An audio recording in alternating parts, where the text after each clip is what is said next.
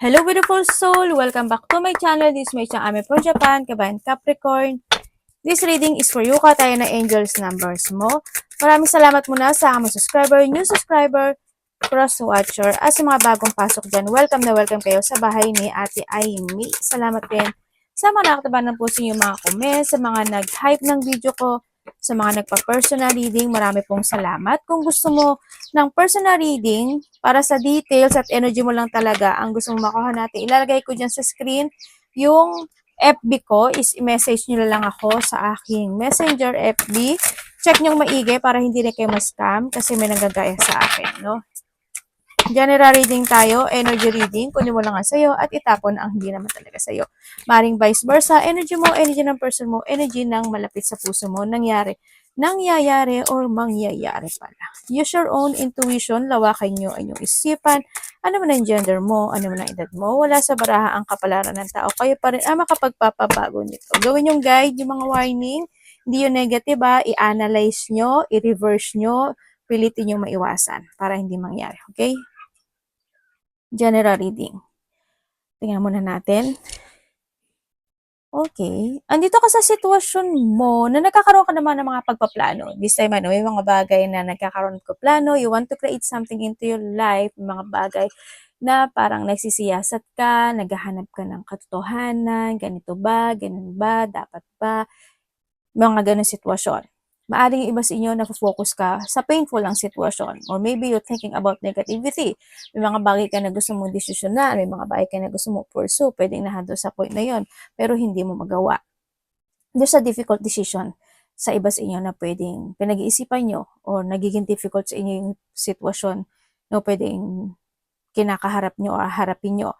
Andito rin yung point na pwede rin na nagkakaroon ka ng mga disappointment, pwedeng sa mga nakakausap mo, sa trabaho mo, sa business mo, o sa kung saang aspeto ng buhay mo yan, pwedeng nahado sa may mga bagay ka na gusto mong magkaroon ng clarity doon, or gusto mong desisyonan, or maybe mga bagay ka na gusto mong itama, pwedeng nahado sa point, actionan, itama sa iba sa inyo. And then also is nakakaramdam ka ng pagod this time, no? Or makakaramdam ka ng pagod. Doon yung point na napapagod ka in some aspect of your life. Pwedeng sa trabaho mo or sa mga bagay na iniisip mo or sa mga plano mo na pwedeng kasi gusto mo na ma-achieve or gusto mo na mangyari, mga ganong sitwasyon no, sa iba sa inyo. And then also is, ang nakikita ko dito sa iba sa inyo is ang gulo ng isip mo ngayon no? Or ang gulo, ang dami mong iniisip. Pwedeng iba sa inyo may mga pinafantasizing kayo, may mga dine-daydream kayo o nagkakaroon kayo ng mga wishful thinking, pwedeng nahandun sa point na yon.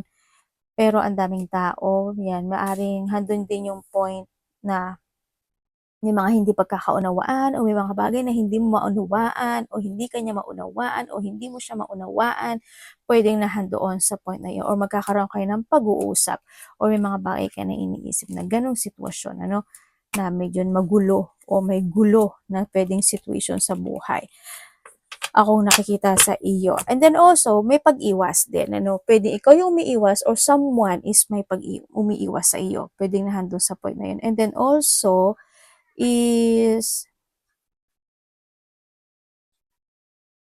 may mga unexpected a blow of emotion happens sa iyo. Sa nakikita ko sa iyo dito, sana wag naman syempre. Pwedeng sa iba sa inyo, unexpected na sumama yung pakaramdam mo, or may mga bagay na manakit sa'yo, mga manakit sa'yo, or someone who's connected sa'yo, pwedeng nandun sa point na yun, ano, o kaya naman is masakit yung, maaari may sakit ka rin kasi, ano, sa iba sa inyo, pero tingnan pa rin natin yung energy. Mag-ingat lang kayo pagdating sa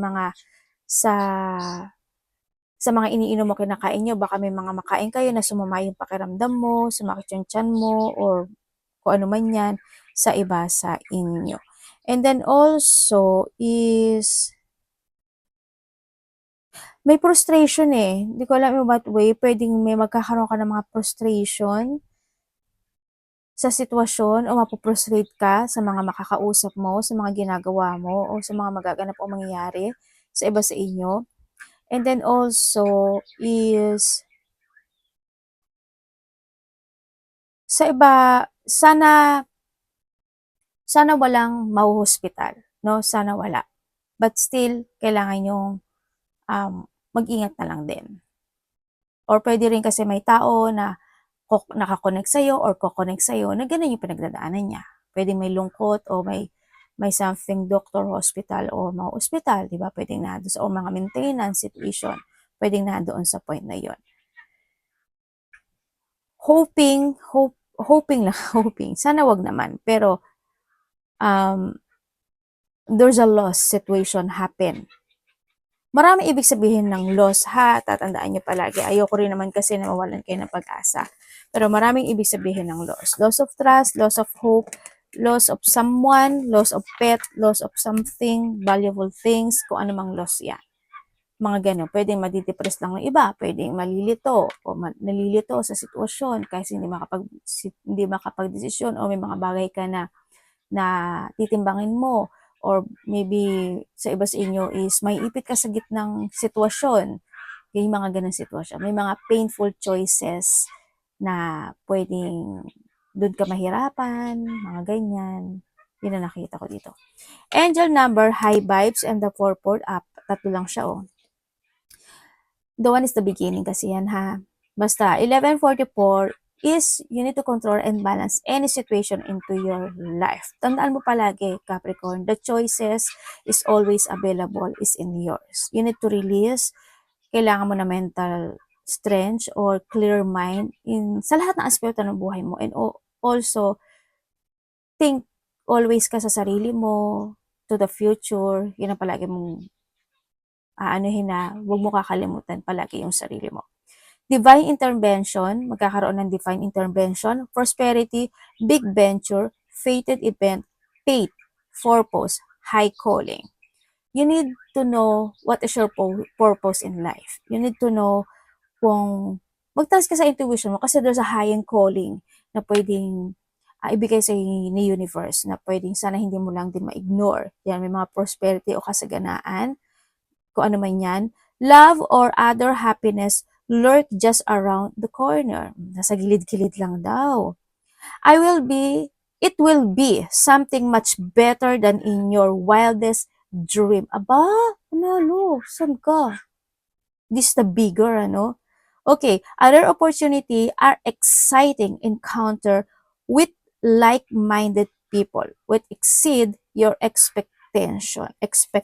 Para may makikilala kang bagong tao or may kakilala kang bagong tao na pwedeng makakatulong sa'yo for that big excitement event or big venture or sa kasaganaan mo yan or maybe siya yung magbibigay sa'yo or siya yung magpapamulat sa'yo ng iyong higher purpose or higher calling or may mga ganong sitwasyon. Kaya you need to focus to sa sitwasyon na yan, ha, kasi pwedeng yun yung pinadala niya sa'yo para maganito, para ganyan, maging ganun ka, mga ganong sitwasyon. Ibig sabihin, may darating, no? Or either may papadala siya, or pwedeng nasa paligid mo na talaga siya, or pwedeng nakakausap mo na siya. May mga divine intervention na magaganap o mangyayari sa'yo. Tingnan natin yung energy mo. Capricorn energy.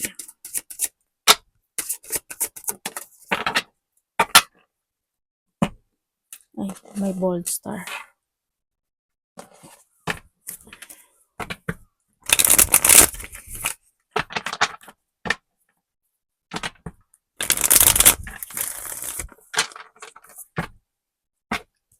Okay, Eight of Swords.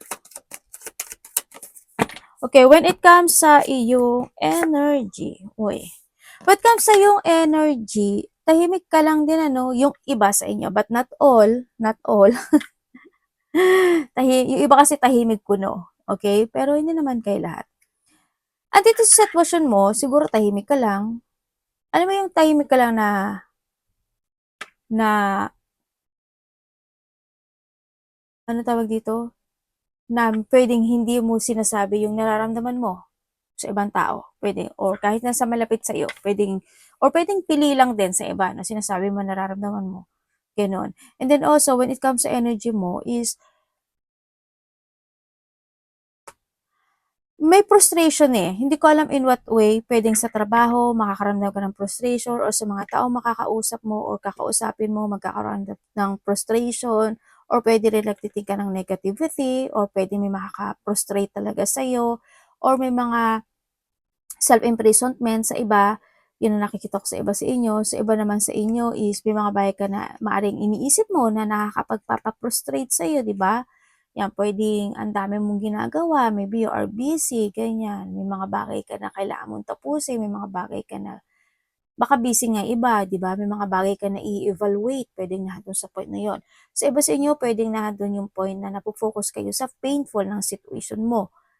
Yun. And maaring yun is pinagpapasa Diyos mo na lang din sa iba sa inyo. And then also is, baka lang din masama din siguro yung pakiramdam mo. Diba? Kaya ingat na lang din kayo sa sarili nyo. No? Kung kailangan magpahinga, magpahinga kayo. Kung kailangan mag-holiday kayo, mag-rest day kayo. No? Ganun. Hindi naman siguro kalabisan ng isang araw, diba? If ever, sa iba sa inyo. Yun ang nakikita ko sa yung energy. Yan. But still, you try to make it balance any situation into your life sa ngayon, sa nakikita ko sa iyo. Pero nandun yung painful na nakikita ko sa iyo. Sana wala kang sakit, ganyan. Sana wala kang ubo, sipon, lagnat, hatching, masakit yung lalamunan, garalgar, thyroid, kung ano man yan. Sana walang ganon, no? Kaya mag-ingat kayo. Kumbaga nandun din yung iba is maybe you are more on isolated, di ba? Nag-isolate ka, nag-iisip-isip ka.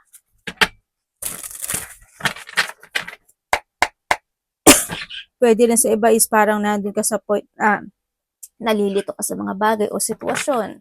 Hindi mo alam, sa iba siguro hindi mo alam kung ano yung dapat mo unahin. Ito ba, ganyan ba? Siguro nandun ka sa point. Parating. Sorry. Yung ano ko pagka Daijo mami wa. Parating. Ano? Ano anak? Dito ka anak sa balikat ni mami. Parating kay Capricorn.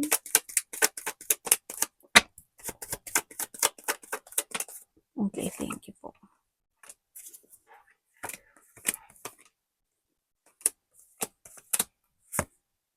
Uy.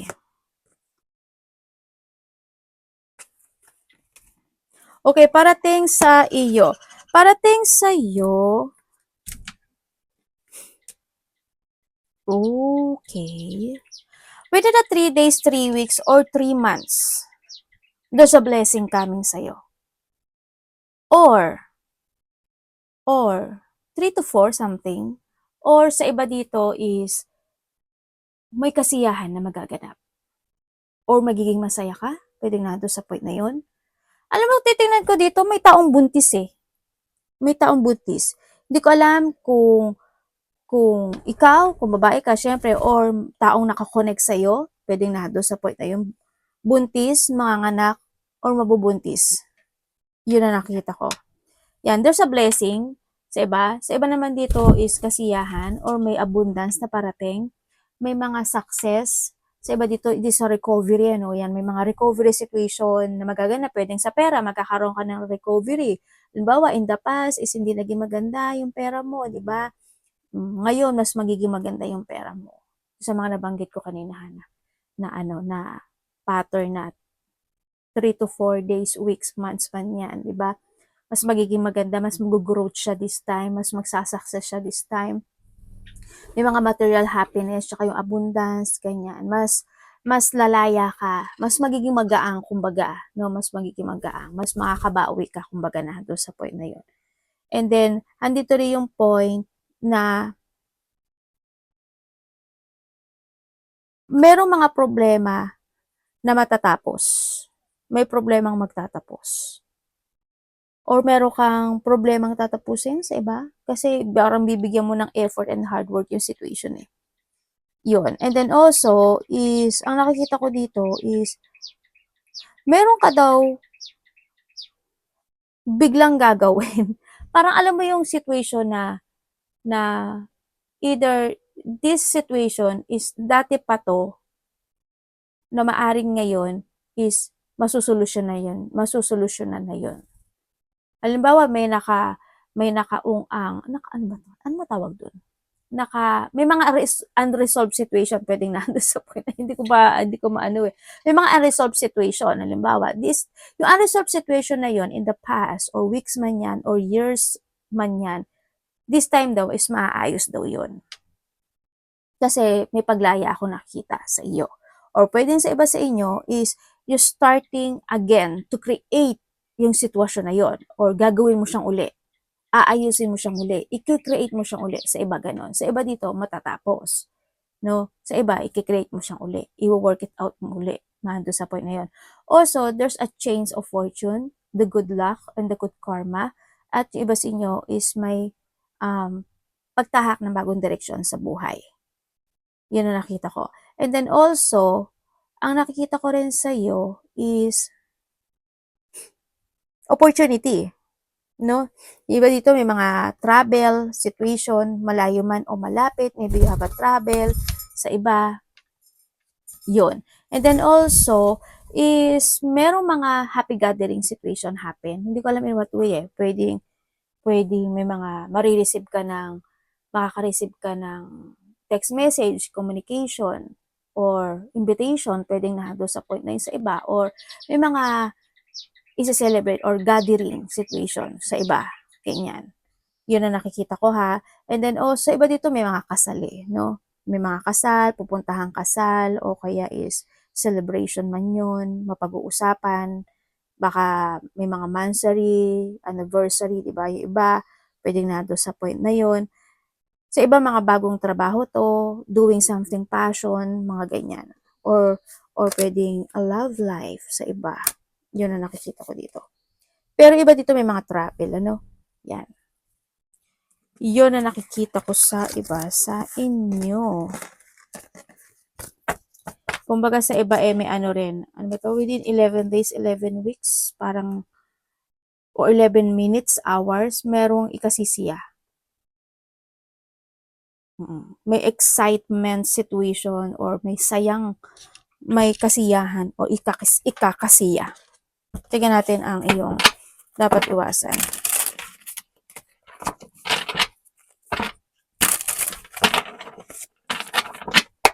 Dapat mong iwasan ni Capricorn.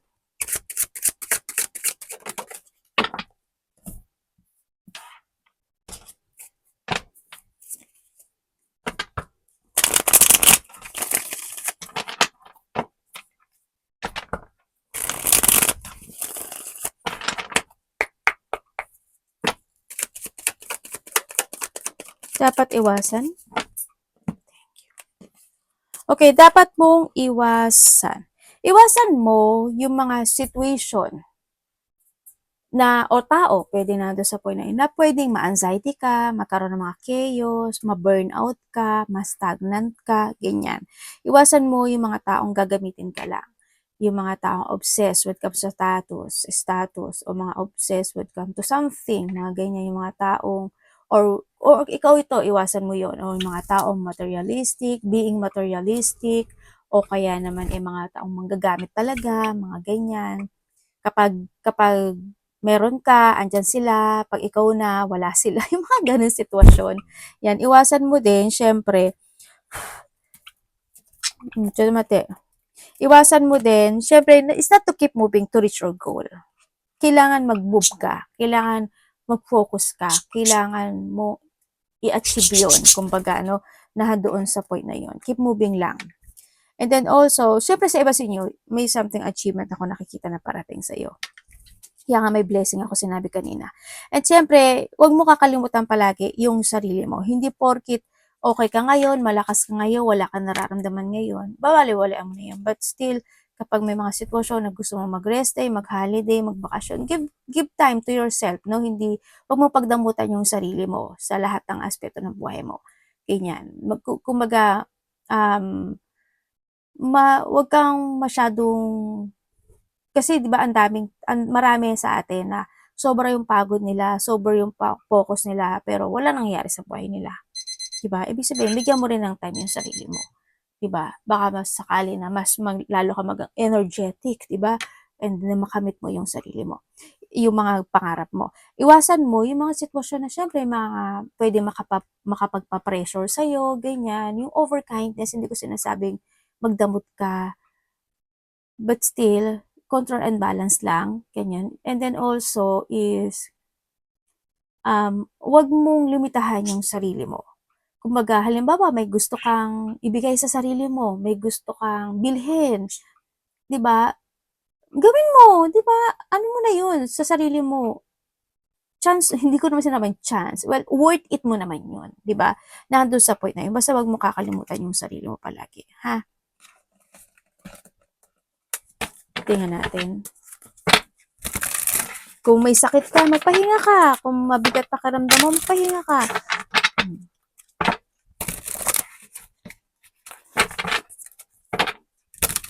Tingnan natin ang love.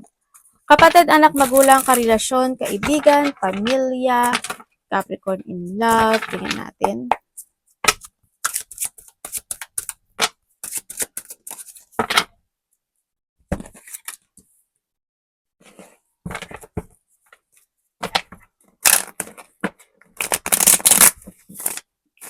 Love po ni Capricorn.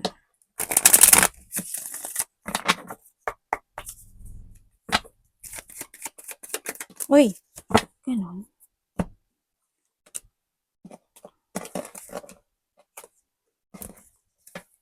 Kung single ka, kung may nakakausap ka, sa iba't may nakakausap na kayo, no? Either by internet, or pwedeng nakakausap niya talaga siya. Isa, dalawa, ingat ka na lang. Isa sa kanila, or maybe both, medyo may pagsisinungaling. Isa dito, biglaan mo lang makikilala. O pwedeng both sila, bigla mo silang nakilala. Pero mag-ingat ka lang, no? Sa mga nagkahiwalay dyan, nagkaroon ng paghihiwalay, ano? Kasi pwedeng sa iba sa inyo, is nagkaroon talaga ng mga third-party relationship. Nagkaroon ng pagsisinungaling, maaring hindi nagkaroon ng ayunan, no? Hindi mo siya naayunan, hindi mo siya napagbigyan, or ikaw ito sa kanya. Kaya handun din yung point na, kung titingnan ko dito, pwedeng kayo pa lang may kausap na siya. Or maybe this is you, ha? Yun. Pero dito sa sitwasyon, gusto niya makipag-ayos o gusto niya makipagbati sa'yo. Yun ang nakita ko. They still spying pa rin naman na nakikita ko dito. Pero handin yung point na magkakaroon kayo ng connection itong taong ito muli. Kasi gusto pa rin uli niya ng partnership. Kung kayo naman is in a third party relationship. Kasi medyo handun na rin yung point na siguro naghihintay ka na lang din, no? Sa iba sa inyo. Kasi sa relasyon na ito, isa sa inyo ayaw na kinukumpronta. Kumbaga, either takot siyang kumprontahin siya o ayaw niya kinukumpronta siya. Yun, ang nakikita ko there. And yun. And then also is, you try to make it balance pa rin, siguro kahit papaano, kahit na may third party, nahang kasi yung isa, or nahang in disconnection sa nakikita ko dito, pinag-iisipan, o pwede rin kasi na may anak kayo, isa, dalawa, iba sa inyo. Pwede rin kasi na may anak na rin kayo, o kaya kung wala naman is nandun yung point na baka may kausap na rin kayo, both, di ba? May kausap ka, may kausap siya. Kaya, hinahayaan nyo na lang din. Pwedeng nandun sa point na yun. Yun na nakita ko. Well, choice mo naman yan, no, kung ano gusto mong gawin. And then also, kung wala naman third-party relationship, is nandun yung point na you try to make it balance this connection. Siguro may mga napagdaanan kayo na struggle in the past, and this time mas magiging okay siya this time. Sa pera man yan, sa trabaho man yan, or in this connection, pwedeng nahandun sa point na yun. Ngayon, mas naiintindihan mo na siya, or mas naiintindihan ka na niya, pwedeng nahandun sa point na yun. Pero nahandun pa rin yung mga pag-iilusyon o wishful thinking when come disconnection. Handun pa rin naman na either may hihingilingin ka sa kanya o may ibibigay sa sayo or siya ito sa'yo, vice versa. Yun, magkakaroon daw ng mga bagong plano this time, or maybe may mga bagong strategy kayong ikaw or siya, or in this connection, may mga pagbabago when it comes sa mga pananaw, both or sa isa sa inyo. Yun na nakita ko, pananaw sa kinabukasan, nagkakaroon ng ganun. Ako nakikita sa inyo. Baka iba dito LDR din, sa iba. Yun, may mga bagay na iniisip na this time. No, but still handun yung strong emotion at saka strong connection when it comes in this relationship. So nakikita ko dito. Mahaba din yung pasensya ng isa sa inyo, or maybe both of you, mahaba yung pasensya, no? Yun. May tao kasi dito na hindi ko alam kung ikaw or siya. May tao kasi na may iniisip siya, pero may gusto siyang sabihin sa'yo. Yung tao. Either ikaw sa kanya or siya ito sa'yo. Meron daw. Tingnan natin yung money, trabaho mo. Money, trabaho. Kamusta po yung money, trabaho niya?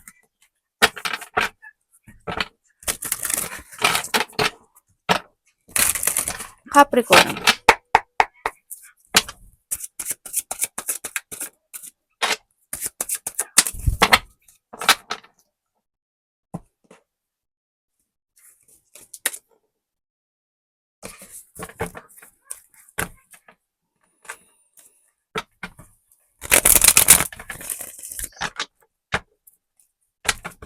May bata. Hoy. Ano yun, mami? Ngagawa mo. Sorry, Ang gomen na. Walo ka na. Ano kasi ginagawa mo dyan? Kukuha ka na naman ng card. Doon. Okay, when it comes sa iyong trabaho. Sa trabaho mo or money, sa trabaho mo, ang nakikita ko sa'yo dito is, pwedeng, busy ka, no? Iba siya, maaring busy kayo, ganyan, may mga multitask o multiple priorities talaga kayo na ginagawa, kaya medyo nagkakaroon kayo ng mga frustration, mga ganyan, sitwasyon sa iba sa inyo. But still, masaya ka naman sa nakikita ko sa'yo dito. Maganda naman kahit papaano, kahit na nagkakaroon ng frustration. Pwede rin kasi iba sa inyo, baka bagong balik kayo or bago kayo sa trabaho nyo o hindi pa ganun katagal, pwedeng nahandol sa point sa pera mo, maganda naman yung pera mo kasi nagkakaroon ka na ng mga pagpaplano this time. Yun nga lang, syempre, pwedeng nahandol ka sa point, mas more ka kasi nagtithink this time, pwedeng nahandol sa point na mas nagkakaroon ka ng limitasyon this time sa pagpapalakad ng pera mo. Pwedeng halimbawa, ito lang bibiling ko, ganito lang, gano'n. Pwedeng nahandol sa point na yun, Pwedeng mas nag-iingat ka this time. No, mas iniisip mo this time kasi maybe you're starting a new beginning para mag-ipon, para sa ganito, para sa ganyan. At magiging maganda yung takbo ng iyong kaperahan or trabaho mo before ending of this year, or maybe may mga fortunate outcome, or maybe this 9 to 10 to 11 days or weeks man yan, pwedeng na doon sa point na yun. Yun nakikita ko dito. Pero may mga pagdadaanan ka pa, kaunti lang naman. No, hindi naman forever siya na mangyayari. Kasi konting frustration lang naman ito. Pero yung kapalit naman yun, there's a good news happiness into your life. Either by the next month or this month or before ending of this year, pwedeng nahandun sa point na yon. There's a good news, fulfillment, happiness, and achievement, or may abundance na darating sa iba sa inyo. Yan. May mga blessings. Tulad ni sinabi ko kanina, di ba? May mga blessing, may transformation na magaganap sa buhay. So, iba sa inyo, may mga ilelet ko ka o ika-cut off ka when it comes sa pagpapatakbo ng pera mo, sa trabaho mo, may mga ganun. May mga pinag-iisipan ka or maybe you cutting it off, pwedeng nahandol sa point na yon, o may mga maminusan ka na sitwasyon. Yun. Akong nakikita sa'yo. But still, congratulations kasi maganda kasi we have the 10 of cups din dito sa nakikita ko dito. Na baka very careful mo this time pagdating sa trabaho mo, pagdating sa pera mo, ganyan. Nandun ka sa point na yon. Arigato namaste, God bless.